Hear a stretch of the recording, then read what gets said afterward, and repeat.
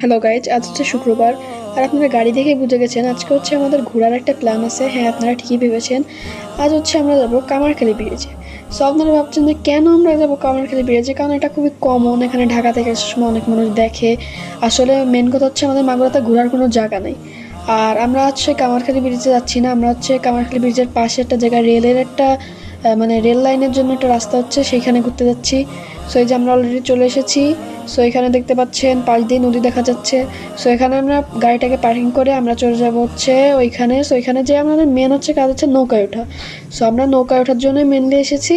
So এখানে আমরা গাড়িটাকে পার্কিং করে আমি নেমে যাই গাড়ি থেকে, এবং আমাদের পরিবারের সবাই নেমে যায়। তারপর আমি হচ্ছে এখান থেকে হাঁটা শুরু করি।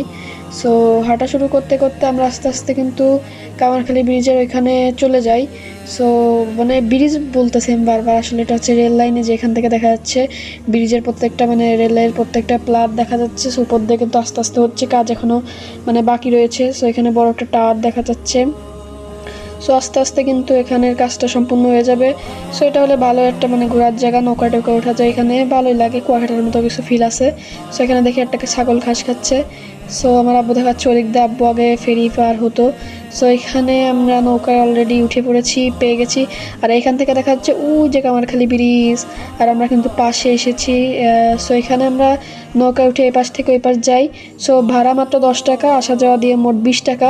সো এখানে আমরা যেতে যেতে দেখি একটা ট্রলার টাইপের, কি এটা মানে ডুবে যাচ্ছে না কি, আমি কিছু বুঝতেছি না। সো এখানে আমি ভিডিওতে এটা নিয়ে নিই। তারপর আমরা এখান থেকে নেমে যাই, নেমে কিছু ফটোশ্যুট করে আবার আমরা গাড়ি নিয়ে রওনা দিয়ে দিই বাসার উদ্দেশ্যে।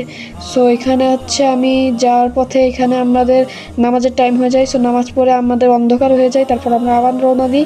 সো এখানে আমরা নুমানি ময়দানে যাই। সো একটু ভিডিও করা হয়নি। সো এই পর্যন্ত আজকের ব্লগটা, সবাই ভালো থাকবেন, আসসালামু আলাইকুম।